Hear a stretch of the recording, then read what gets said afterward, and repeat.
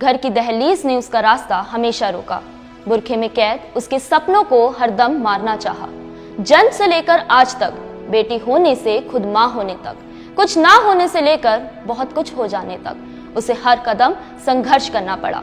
अपने नाम, अपनी पहचान के लिए, अपने खोते वजूद को बनाए रखने और अपने सम्मान को बचाए रखने के लिए। लेकिन जब उसने वो कर दिखाया जो कोई और ना कर पाए, तब वो बनी मिसाल उन हजारों लड़कियों के लिए जो भीड़ में आगे बढ़ने का बस सपना देख पाती हैं। आज बात करते हैं आधी आबादी के उस हिस्से की जिसने अपने ही जैसी तमाम औरतों को औरत बनने पर गर्व करना सिखाया।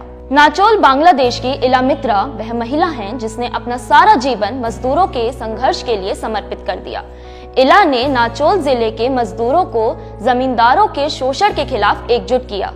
सवाल पूछे जाने पर अपने साथियों की कोई भी जानकारी का खुलासा नहीं करने के लिए जेल के अंदर उनके साथ गैंगरेप और अत्याचार किया गया था। बाद में उन्होंने कम्युनिस्ट पार्टी से चुनाव लड़ा और एमएलए बनी। इला मित्रा का जीवन उस महिला के संघर्ष को दर्शाता है जिसने खुद से पहले समाज उत्थान के बारे में सोचा। भारत के स्वतंत्रता आंदोलन में लाखों लोगों ने कुर्बानियां दी। कई शहीद ऐसे भी हैं जिन्होंने आजादी के लिए अपना जीवन कुर्बान कर दिया, लेकिन उनका नाम इतिहास कभी नहीं लेता। ऐसी एक वीरांगना थी असम की कनकलता बरुआ। 1942 में क्विट इंडिया मूवमेंट के दौरान वो हाथों में तिरंगा लिए मार्च का नेतृत्व कर रही थी जब पुलिस की गोलाबारी में उनकी मौत हो गई। उन्हें महिलाओं द्वारा वीरता और साहस का प्रतीक माना जाता है। भारत में महिलाओं की औपचारिक शिक्षा की पदचालक बेगम रुकैया एक लेखिका भी थी जिन्होंने बंगाल में पितृसत्ता के खिलाफ हिंदू और मुस्लिम महिलाओं के लिए स्कूल की शुरुआत की। महिला शिक्षा और जातिवाद भेद के खिलाफ उनकी कहानी का हर शब्द आज की लड़कियों को आगे बढ़ने की प्रेरणा देता है। समाज सुधारक, एजुकेशनलिस्ट, एंटी एबॉर्शनिस्ट और कवि सावित्रीबाई फूले भारत की पहली महिला शिक्षिका हैं। अंग्रेजों के शासन के दौरान अपने पति ज्योतिराव फूले के सहयोग से उन्होंने पुणे में लड़कियों के लिए स्कूल की शुरुआत की। उन्होंने भारत में महिलाओं के अधिकारों को बढ़ाने में महत्वपूर्ण काम किए। वे रंग भेद और लिंग भेद के सख्त विरोध में थीं। सावित्रीबाई पूरे देश की महानायिका हैं। छत्तीसगढ़ के दंतेवाड़ा जिले की सोनी सोरी आदिवासियों को पढ़ाया करती थी।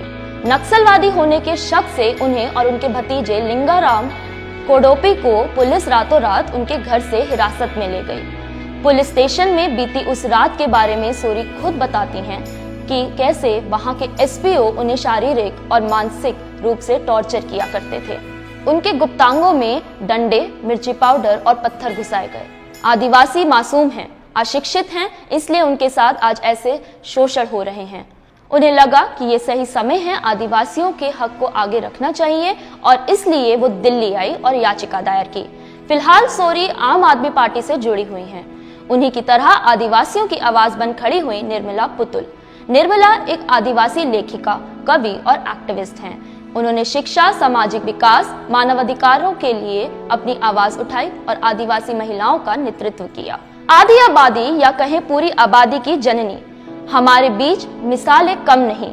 अंतरिक्ष के अनंत से एवरेस्ट की ऊंचाई तक, पुलिस की वर्दी से लेकर अनुशासन तक, ज्ञान में, लेखन में, अर्थशास्त्र में नारी मैथिली शरण गुप्त की उस पंक्ति की तरह विराजमान है जहां उन्होंने लिखा था, एक नहीं दो दो मात्राएं, नर से बढ़कर नारी। अहिल्याबाई, रजिया सुल्तान, फूलन देवी, चांद बीबी शक्ति की सशक्त परिभाषा है।